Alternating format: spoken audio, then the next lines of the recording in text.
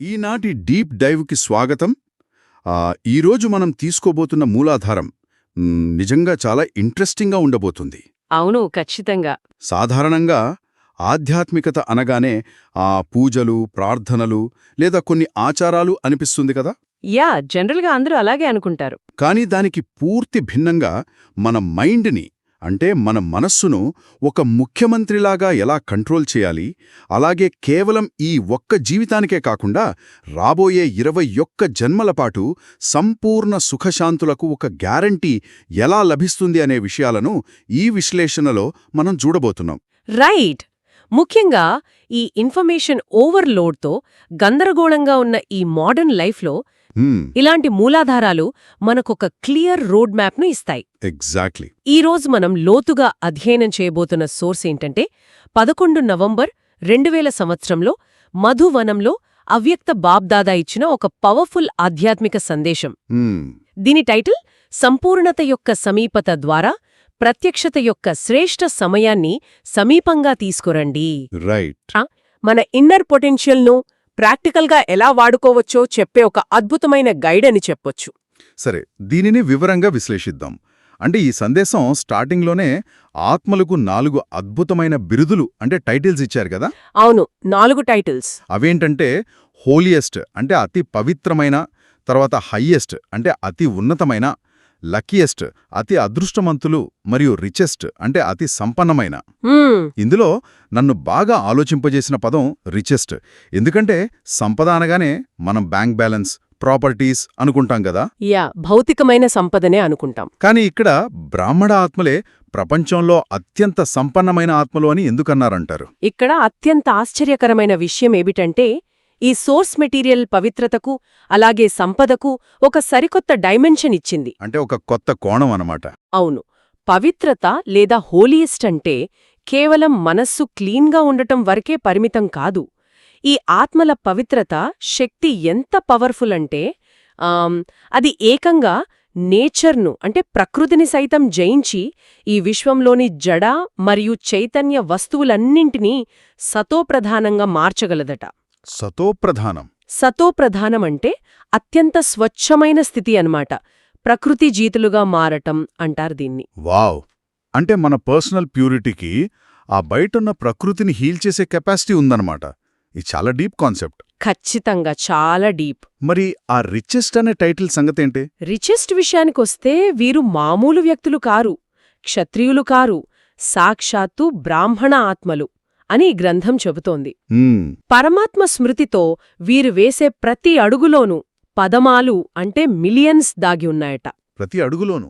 అవును. అంటే ఇది భౌతికంగా కనిపించే డబ్బు కాదు. ప్రతి అడుగులోనూ ఉండే ఆ ఆధ్యాత్మిక స్పృహ, ఆ అవేర్నెస్, తండ్రి ద్వారా లభించిన వారసత్వం, ఇదే అసలైన సంపద. భలే చెప్పారు. మనం రోజూ ఆ హెల్త్ కోసం ఎన్ని అడుగులు వేస్తున్నామా అని స్మార్ట్ వాచ్లలో ట్రాక్ చేసుకుంటాం కదా. రోజుకి 10,000 అడుగులు అని టార్గెట్ పెట్టుకుంటాం. అవును. కానీ ఇక్కడ ప్రతి అడుగులోనూ ఇన్నర్ వెల్త్ ఎలా పెరుగుతుందో లెక్కించుకోవడం నిజంగా ఒక కొత్త కోణం. కరెక్ట్. మిగతా 2 టైటిల్స్ కూడా అంతే ఇంట్రెస్టింగ్గా ఉన్నాయి. హయ్యెస్ట్ ఎందుకంటే వాళ్ళు ఉన్నతోన్నతమైన భగవంతుని గుర్తించారు. ఆ కనెక్షన్ రాగానే ప్రపంచాన్ని చూసే సాధారణ దృష్టి పోయి ఒక ఆత్రిక దృష్టి, అంటే అందరూ ఒకటే అనే ఒక బ్రదర్హుడ్ ఫీలింగ్ వచ్చాయని ఇందులో ఉంది. ఎగ్జాక్ట్లీ. ఇక లక్కీయెస్ట్ ఎందుకంటే వాళ్ల భాగ్యరేఖను ఏ జ్యోతిష్కుడు గీయలేదట, స్వయంగా ఆ భాగ్యవిధాత గీశారనుంది. స్వయంగా భగవంతుడే గీశారు. అవును. ఈ ఒక్క పాయింట్ అర్థం చేసుకుంటే భవిష్యత్తు గురించి ఉంటే యాంగ్జైటీ మొత్తం పోతుంది కదా. మన డెస్టినీని రాసింది సాక్షాత్తు భగవంతుడు అనే ఫీలింగ్ ఒక అద్భుతమైన ధైర్యాన్నిస్తుంది. నిజమే. ఈ 3 అంటే ఆరోగ్యం, ఐశ్వర్యం, సంతోషం, ఈ 3 కూడా 21 జన్మలపాటు గ్యారంటీతో లభిస్తాయని ఈ సోర్స్ చెప్తోంది. ఇక్కడే విషయం చాలా ఆసక్తికరంగా మారుతుంది. ఈ డాక్యుమెంట్లో సమయం గురించి, ఒక రకమైన అర్జెన్సీ గురించి చాలా బలంగా మాట్లాడారు కదా. అవును, చాలా స్ట్రాంగ్గా చెప్పారు. తండ్రికి పిల్లలకు మధ్య ఉన్న ఆనందాన్ని వివరిస్తూనే ఈ మిలనం ఇప్పుడు కాకపోతే మరెప్పుడూ ఉండదు, అంటే నౌ ఆర్ నెవర్ అని నొక్కి చెప్పారు. అసలు అర్జెన్సీ ఎందుకు? దీనిని మనం విస్తృత కోణంలో చూస్తే విశ్వం మొత్తం ఒక మార్పు కోసం ఎదురుచూస్తోంది. ఈ డాక్యుమెంట్ ఒక పవర్ఫుల్ ప్రశ్న అడుగుతోంది. ఏంటది? మాస్టర్ దాతలైన మీరు ఇంకెంతకాలం పరదా వెనుక దాక్కుకుంటారు అని. పరదా వెనుక బాక్కోవడం అంటే అంటే మన దగ్గర ప్రపంచానికి ఇవ్వాల్సినంత పాజిటివ్ ఎనర్జీ ఉన్నప్పుడు మన ఆనందంలో మనముంటూ కేవలం తెర వెనుక ఉండిపోకూడదు. బయటకు వచ్చి ఆ కాంతిని పంచాల్సిన సమయం ఇది అని అర్థం. ఆ పాయింట్ దగ్గర వాడిన విజువల్ ఎగ్జాంపుల్ భలే ఉంది కదా. జెండా ఎగురవేయడం గురించి చెప్పారు. యా విశ్వంలో భగవంతుని ప్రత్యక్షతా జెండా ఎగరాలంటే ఫస్ట్ ప్రతి ఒక్కరి మనసులో సంపూర్ణత మరియు సంపన్నత యొక్క జెండా ఎగరాలి అన్నారు. రైట్. శివరాత్రి నాడు భౌతికంగా జెండా ఎగిరేసినట్లు ఇప్పుడు శివశక్తి పాండవ అవతరణ జరగాలి అని రాశారు. అంటే ముందు ఇంటర్నల్ విక్టరీ, ఆ తర్వాతే ఎక్స్టర్నల్ రిజల్ట్. అవునండి. హృదయంలో జెండా ఎగరడం అంటే మనలోని పాత అలవాట్లను, బలహీనతలను కంప్లీట్గా వదిలేసి ఒక స్థిరమైన స్టేజ్కి రావడం. లోపల ఆ మార్పు వస్తేనే కదా బయట రిఫ్లెక్ట్ అయ్యేది. అందుకే బాబ్దాదా ఒక స్ట్రాంగ్ స్లోగన్ ఇచ్చారు, ఎప్పుడో కాదు ఇప్పుడే అని. Not sometime but now. మనం సాధారణంగా రేపు చూద్దాంలే, నెక్స్ట్ ఇయర్ నుండి మారదాంలే అని వాయిదా వేస్తుంటాం కదా. యా, ఆ స్పిరిచువల్ ప్రొక్రాస్టినేషన్కి ఇది కరెక్టు విరుగుడన్మాట. అంటే దీని అర్థమేమిటి? ప్రాక్టికల్గా ఈ మార్పు ఎలా తీసుకురావాలి? ఇక్కడే ఈ సోర్స్లో ఒక 6 నెలల ఛాలెంజ్ గురించి చెప్పారు. అవును. మే నెల కల్లా ఒక టార్గెట్ రీచ్ అవ్వాలని బాబ్దాదా టైమ్లైన్ ఇచ్చారు. ఈ గడువు వెనుకున్న ఉద్దేశ్యమేంటి? 6 నెలల గడువు అనేది మన మైండ్ని ఒక ఫోకస్లోకి తీసుకురావడానికి. ఇక్కడ ఆసక్తికరమైన పాయింట్ ఏంటంటే ఆ టార్గెట్ 100% పర్ఫెక్షన్ కాదు. 100% కాదు. కనీసం 75% జీవన్ముక్త స్థితిని ఈ సంగమయుగంలోనే, అంటే ఈ కాన్ఫ్లుయెన్స్ ఏజ్లోనే సాధించాలని చెప్పారు. జీవన్ముక్తి అనగానే మనం సత్యయుగంలో ఉండే లైఫ్ అనుకుంటాం కదా. యా, కానీ ఇక్కడ మీనింగ్ వేరు. ఈ బాడీల్లో, ఈ కరెంట్ లైఫ్లో ఉంటూనే దేహాభిమానం నుండి, ఆ ముఖ్యంగా సేవ చేసేటప్పుడు వచ్చే నేను చేశాను, ఇది నాది అనే మై ఫీలింగ్ ఉంటుంది కదా, ఆ ఈగో నుండి ముక్తులవ్వడమే నిజమైన జీవన్ముక్తి. అంటే బ్రతికి ఉండగానే ఆ లెవెల్ ఫ్రీడమ్ అనుభవించడం అనమాట. సర్వీస్ చేస్తున్నప్పుడు ఇది నా ఐడియా, నా పేరు రాలేదు అని ఈగో చాలా ఈజీగా వస్తుంది. దాన్ని కట్ చేయడమే జీవన్ముక్తి. కరెక్ట్. దీన్ని కనెక్ట్ చేస్తూనే ఇంకో పాయింట్ చెప్పారు. పరిస్థితులను ఎలా ఫేస్ చేయాలి అన్నదానికి సింహం పిల్లి అనాలజీ వాడారు. అవునవును. అంటే సింహం లాంటి పెద్ద ప్రాబ్లం వచ్చినా, పిల్లి లాంటి చిన్న ఇష్యూ వచ్చినా సరే, వాటి ప్రభావం మన మీద పడకూడదు అన్నారు. ముఖ్యంగా ఈ సాకులు చెప్పే ఆట అంటే ద గేమ్ ఆఫ్ ఎక్స్క్యూజెస్ గురించి చాలా స్ట్రాంగ్గా చెప్పారు కదా. ఈ సాకులు చెప్పే ఆట అనేది మోడర్న్ లైఫ్లో ఒక బేసిక్ హ్యాబిట్ అయిపోయిందండి.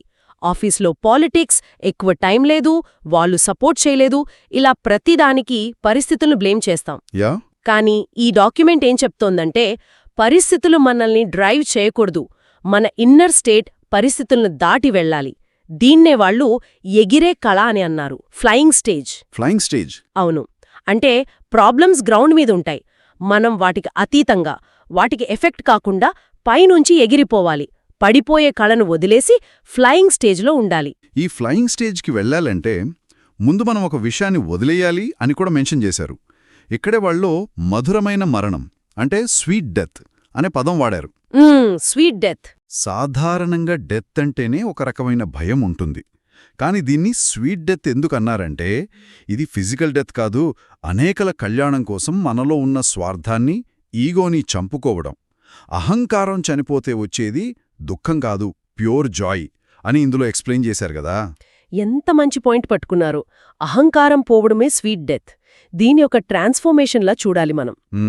ఒక గొంగడి పురుగు చనిపోతేనే కదా బ్యూటిఫుల్ సీతాకోకచిలుక బయటకొస్తోంది. అద్భుతమైన ఉదాహరణ. అలాగే మనలో ఉన్న ఈ చిన్న చిన్న కంప్లైంట్స్, ఈ దేహాభిమానం అనేవి ఎండ్ అయితేనే ఒక శక్తివంతమైన ఆత్మగా, యూనివర్సల్ బెనిఫిట్ చేసేవాళ్లగా మనం తయారవుతాం. రైట్. మనం రోజు ఫేస్ చేసే స్ట్రెస్, ఆఫీస్ డైనమిక్స్కి ఈ ఒక్క కాన్సెప్ట్ అప్లై చేస్తే సగం బర్డెన్ అక్కడే పోతోంది. నిజమే. ఇక ఈ సోర్స్ ఎండింగ్లో డబుల్ విదేశీయులకు అంటే 5 ఖండాల నుండి వచ్చిన వారికి కొన్ని స్పెషల్ గైడ్లైన్స్ ఇచ్చారు. మనం ఒక్క అడుగు ధైర్యంగా ముందుకు వేస్తే 1000 అడుగుల సహాయం బాబా నుండి వస్తుంది అనే ప్రామిస్ గురించి చెప్పారు. ఇది ఒక ముఖ్యమైన ప్రశ్నను లేవనెత్తుతుంది. ఏంటది? మనం సొసైటీలో మన తోటి వాళ్లతో ఎలా ఉండాలి? వాళ్లలో ఉన్న వీక్నెస్ని పాయింట్అవుట్ చేయాలా, లేక ధైర్యమనే చేతితో వాళ్ళని లిఫ్ట్ చేయాలా? దీనికి ఒక సింపుల్ అండ్ పవర్ఫుల్ ఫార్ములా ఇచ్చారు. సీ ఫాదర్, సీ బ్రహ్మ మదర్ అని. సీ ఫాదర్, సీ బ్రహ్మ మదర్. అవును. అంటే పక్కవాళ్ళు ఏం చేస్తున్నారు, వాళ్ళ లోపాలేంటి అని అనలైజ్ చేయడం మానేసి ఆదర్శంగా ఉన్న తండ్రిని, బ్రహ్మ తల్లిని మాత్రమే చూడాలి. ఎవరైనా డల్గా ఉంటే వాళ్ళకి మన శుభభావల ద్వారా బలాన్నివ్వాలి అని ఈ డాక్యుమెంట్ సజెస్ట్ చేస్తోంది. తర్వాత ఒక ప్రాక్టికల్ డ్రిల్ గురించి మెన్షన్ చేశారు. అది భలే అనిపించింది. ఏంటది? మనస్సు అనేది ఒక ముఖ్యమంత్రి లాంటిది అని చెప్పారు. ముఖ్యమంత్రి. మనమేమో రాజులం. రాజుగా ఉంటూ మంత్రి అయిన మనస్సును ఒక్క క్షణంలో అశరీరీ విదేహీ స్థితిలో, అంటే బాడీలెస్ స్టేజ్లో ఉండమని ఆజ్ఞాపించే ప్రాక్టీస్ చేయమన్నారు. వినడానికి సింపుల్గా ఉన్నా ప్రాక్టికల్గా ఇది ఎంత పెద్ద గేమ్ చేంజరో కదా. అబ్సల్యూట్లీ. మన రియల్ లైఫ్లో ఏం జరుగుతుందంటే, ఈ ముఖ్యమంత్రి అంటే మనస్సు ఎవరైతే ఉన్నారో ఆ ముఖ్యమంత్రి రాజును కంట్రోల్ చేస్తుంటాడు. అవును, మైండ్ మనల్ని రూల్ చేస్తుంది. ఎగ్జాక్ట్లీ. మైండ్ ఎటు తీసుకెళ్తే అటు వెళ్ళిపోతాం మనం. కాని ఈ గ్రంథం ఆ హైరార్కీని సెట్ చేస్తోంది. నీ మైండ్కి బాస్ నువ్వే. ఒక్క సెకండ్లో థాట్స్ అన్నీ ఆపేసి బాడీ కాన్షియస్నెస్ నుండి బయటికి రా అని ఆర్డర్ వేయగలగాలి. దీన్నే ఆధునిక సైకాలజీలో ఫ్లో స్టేట్ లేదా జోన్ అంటారు కదా. ఎటువంటి డిస్ట్రాక్షన్స్ లేకుండా ప్యూర్ ఫోకస్లో ఉండటం. ఇదే అసలైన స్వరాజ్య అధికారం. ఈ కంట్రోల్ ఉన్నవాళ్లు బయట జరిగే దేనికి బానిసలవ్వరు.